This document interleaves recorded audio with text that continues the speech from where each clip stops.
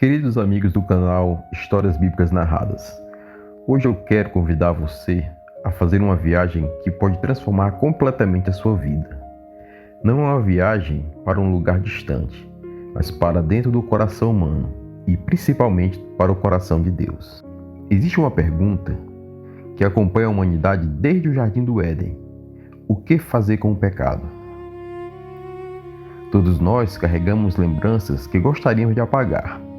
Palavras que não deveríamos ter dito, decisões que mudaram nossa história, oportunidades desperdiçadas e pecados que pesam na consciência. Muitos vivem sorrindo por fora, mas carregando uma batalha silenciosa por dentro. Talvez você esteja ouvindo essa mensagem e pense: se as pessoas soubessem tudo sobre mim, jamais me aceitariam. Mas existe uma notícia extraordinária. Jesus conhece tudo sobre você e ainda assim continua amando você. É justamente por isso que esse estudo não fala sobre condenação, ele fala sobre esperança. Não fala sobre o tamanho do nosso pecado, mas fala sobre a grandeza do amor de Cristo. O que é a fé? A Bíblia declara em Hebreus 11 que a fé é a certeza das coisas que se esperam e a convicção das coisas que não se veem. Vivemos em um mundo que acredita apenas naquilo que pode tocar ou provar. Porém, Deus nos convida a confiar em Sua palavra, mesmo quando nossos olhos enxergam apenas dificuldades. A verdadeira fé não é emoção passageira, não é pensamento positivo, não é acreditar em si mesmo. A verdadeira fé é acreditar em Jesus e olhar para a cruz e dizer: se Cristo entregou a sua vida por mim, então posso confiar completamente nele.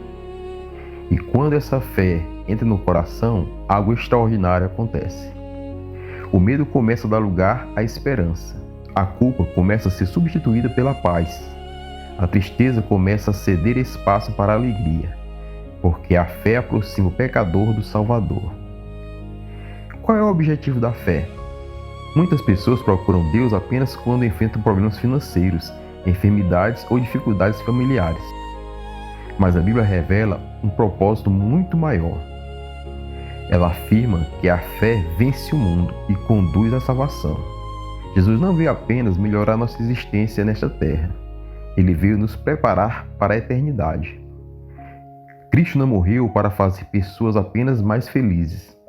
Ele morreu para fazer pessoas perdoadas. E existe uma enorme diferença entre viver alguns anos com conforto e viver para sempre ao lado do Salvador. Como a fé cresce? Em Romanos 10:17 responde: a fé vem pelo ouvir, e ouvir a palavra de Deus. Ninguém fortalece a fé afastado das Escrituras. Cada página da Bíblia revela um Deus paciente, misericordioso e cheio de graça. Quanto mais conhecemos Jesus, mais difícil se torna duvidar do seu amor. Por isso, abrir a Bíblia diariamente não é apenas adquirir conhecimento, é permitir que Cristo fale ao nosso coração. Talvez você tenha pedido inúmeras vezes que Deus aumentasse sua fé. E Deus responde: abra minha palavra, caminhe comigo, conheça o meu caráter. Porque a fé cresce quando contemplamos quem Jesus é. Por que Jesus veio ao mundo?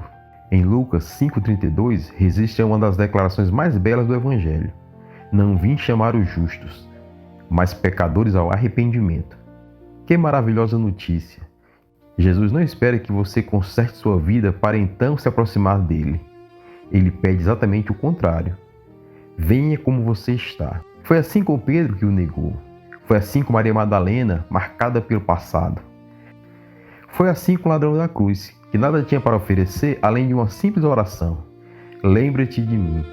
E naquele mesmo instante, Jesus lhe respondeu com uma promessa de esperança. Isso nos mostra que ninguém está longe demais para a graça de Deus. O que produz o verdadeiro arrependimento? Em Romanos 2,4 afirma que é a bondade de Deus que nos conduz ao arrependimento. Isso muda completamente nossa compreensão. Não é o medo do castigo que transforma o coração, é o amor de Cristo. Quando olhamos para a cruz e entendemos que o Filho de Deus sofreu voluntariamente por nossa causa, percebemos que o pecado custou um preço infinito. Então o arrependimento deixa de ser apenas tristeza. Ele se torna uma decisão. É mudar de direção.